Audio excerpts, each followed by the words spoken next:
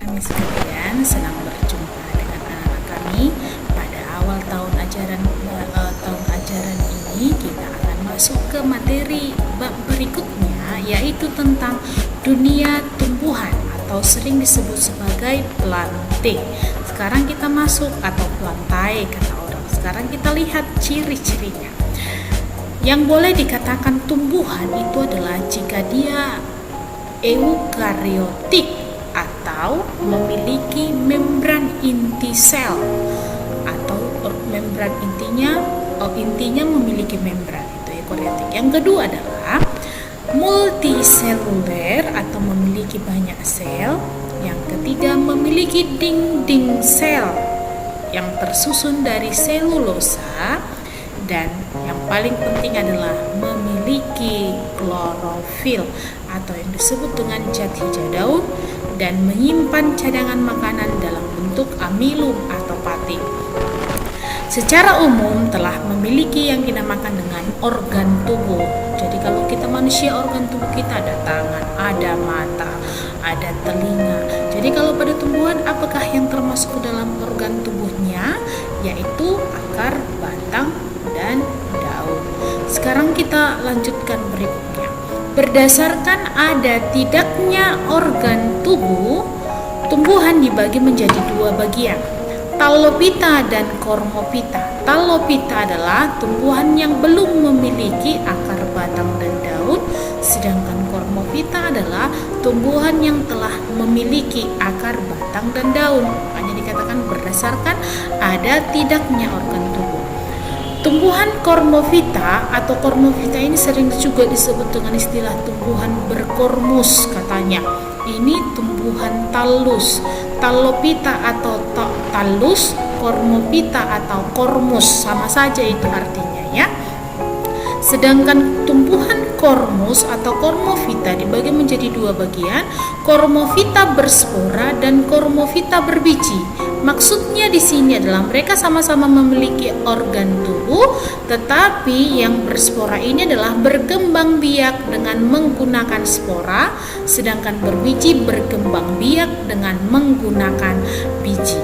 Dan berdasarkan berkas pembuluhnya dibagi menjadi dua, Atracheopita dan Tracheopita. Berkas pembuluh angkut di dalam tubuh tumbuhan itu berupa xilem dan floem. Maka Atracheopita adalah A, artinya tidak, yang tidak memiliki berkas pembuluh angkut baik xilem maupun floem, sedangkan Tracheopita memiliki berkas pembuluh angkut yaitu xilem dan floem. Itu dia ya. Berikutnya, klasifikasi tumbuhan. Tumbuhan berdasarkan ada tidaknya pembuluhnya, berarti kan berdasarkan yang kedua ini, berdasarkan ada tidaknya pembuluhnya dibagi menjadi lumut, paku, dan tumbuhan berbiji. Dan yang tidak memiliki pembuluh itu adalah lumut, dan yang memiliki pembuluh angkut adalah paku dan tumbuhan berbiji. Jadi yang boleh kita katakan tumbuhan hanya ada tiga, lumut, paku, dan tumbuhan berbiji. Sekarang ibu mau membagikan, jika ibu berangkat dari sini, siapakah di sini yang termasuk jika berdasarkan ada tidaknya organ tubuhnya? Ada dua tadi kan, Talopita dan Kormopita. Maka lumut itu adalah talus, tumbuhan talus, dan ini paku dan tumbuhan berbiji adalah tumbuhan kormus. Sedangkan Kormopita tadi dibagi menjadi dua, Kormopita berspora dan Kormopita berbiji. Maka paku adalah Kormopita berspora dan ini adalah Kormopita berbiji. Itu dia ya, itulah klasifikasi daripada tumbuhan. Dan lumut itu ada tiga jenis, lumut daun, lumut hati, dan lumut tanduk. Sedangkan paku ada paku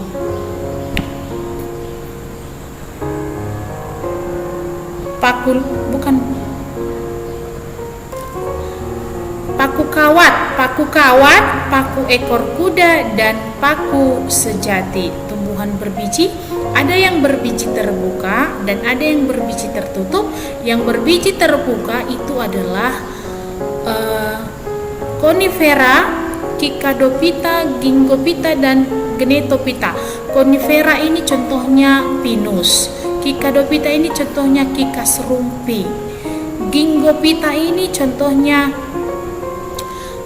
adalah Ginkgo biloba, dan ini contohnya adalah Genetophyta melinco, ya. Sedangkan Angiospermae itu dibagi menjadi monokotil dan dikotil. Pada pertemuan sebelumnya Ibu suruh kamu mencari contoh tumbuhan dikotil, monokotil, itu dia kan, dan paku dan lumut. Ibu tidak menyuruh kamu mencari tumbuhan yang ini, Gymnospermae, yang termasuk ke dalam tumbuhan berbiji. Maka sekarang kita bahas satu persatu. Ibu mau berangkat sekarang dari tumbuhan yang pertama, yaitu lumut atau sering disebut dengan Bryophyta. Ciri-ciri lumut: dapat berfotosintesis, sudah pasti. Ini tumbuhan juga, semua tumbuhan dapat berfotosintesis. Merupakan tumbuhan yang eukariotik? Ya, tidak memiliki, ini dia, tidak memiliki akar, batang, dan daun sejati atau sering juga disebut dengan talus. Ini biasanya tumbuhan lumut hati, ya. Sedangkan lumut daun, tadi kan ada 3 ini. Ada lumut daun, ada lumut hati, dan lumut tanduk. Lumut hati memang masih termasuk ke dalam tumbuhan talus, tetapi lumut daun ini sering disebut sebagai tumbuhan peralihan. Peralihan antara kormus dan talus dan kormus. Kenapa lumut daun dikatakan sebagai peralihan kormus dan talus? Karena daunnya ada, batangnya ada, akarnya yang belum jelas. Akarnya masih berupa akar yang disebut dengan akar rhizoid, ya. Struktur tubuhnya masih sederhana sehingga tidak memiliki berkas pengangkut, jelas itu tadi. Lumut umumnya merupakan tumbuhan kecil, biasanya hanya hanya ukurannya beberapa mili atau sampai beberapa senti. Mengalami pergiliran keturunan, reproduksinya secara seksual dan aseksual, habitatnya di berbagai tempat. Yang hidup pada daun-daun disebut sebagai epifit, yang hidup menempel pada tumbuhan lain. Jika pada hutan banyak pohon epifit, maka hutan demikian disebut dengan hutan lumut. Artinya lumut ini banyak menempel, ada yang di batu, ada yang di tumbuhan. Jika dia menempel di tumbuhan, namanya adalah epifit. Nah, ini contoh lumut. Ini lumut daun, lumut hati, dan lumut tanduk. Lumut daun karena memang dia berbentuk seperti daun. Kenapa dikatakan dia lumut hati? Karena ini berbentuk seperti hati dia. Ini seperti hati.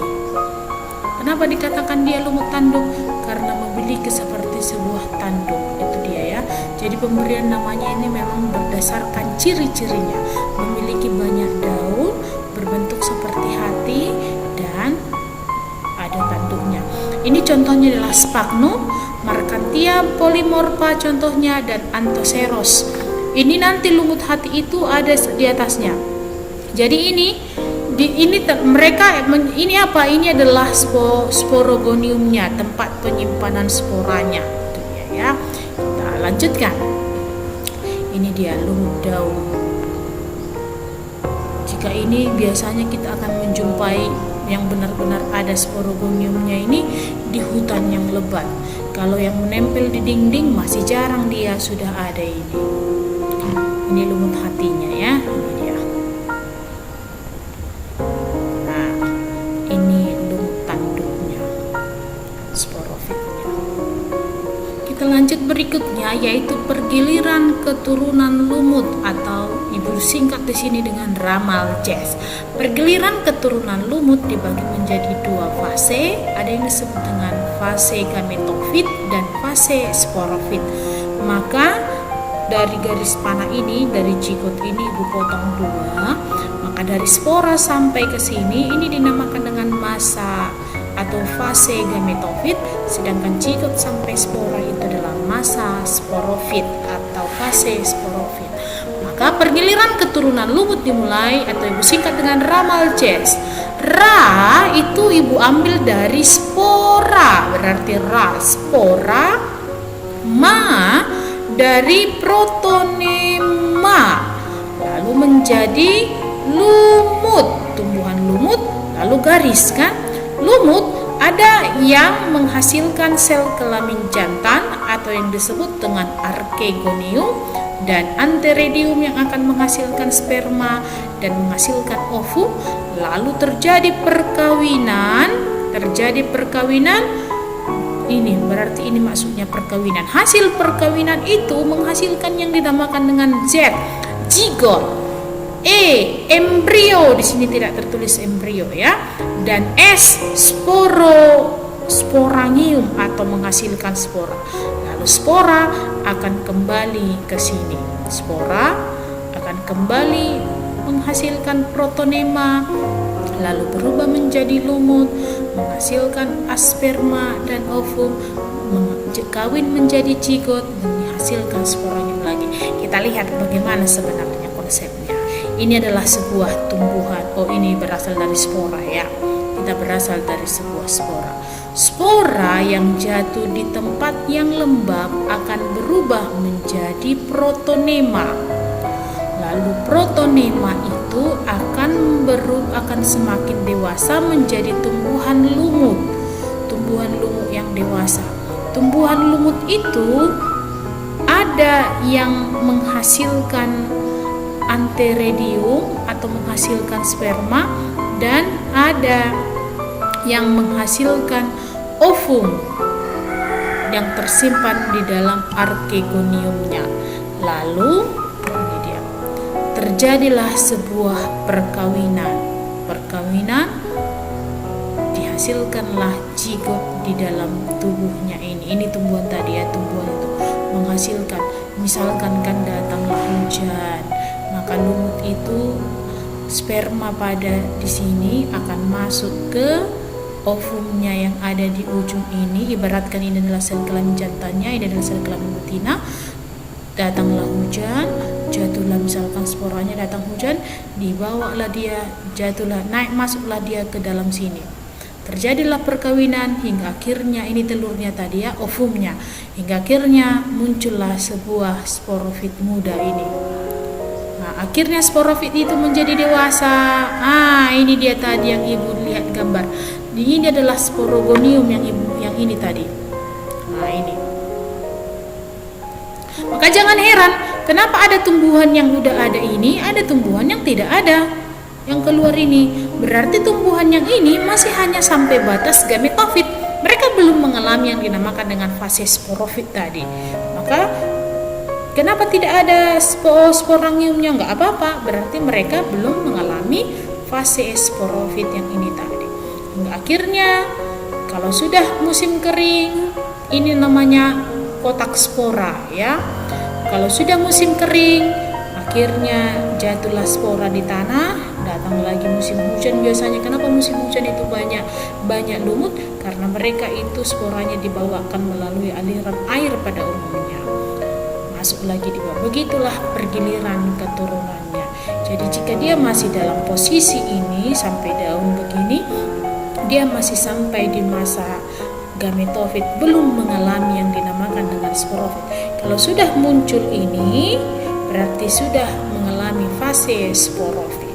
Maka metagenesis lumut terdapat dalam dua bentuk pergiliran keturunan. Keturunan gametofit merupakan bagian yang utama, itu tadi kan. Kalau hanya dalam keadaan begini kan bisa. Dalam keadaan inilah bagian utamanya. Umurnya biasanya panjang, umurnya lama, dapat melakukan fotosintesis dan kromosomnya haploid. Sedangkan keturunan sporofitnya dapat melakukan fotosintesis, tidak dapat hidup sendiri, umurnya pendek dan kromosomnya diploid. Demikianlah pelajaran kita untuk hari ini. Kita hari ini cukup membahas tentang lumut. Ibu berharap anak-anak kami tetap dapat mempelajarinya atau belajar dengan baik walaupun dari rumah. Selamat siang.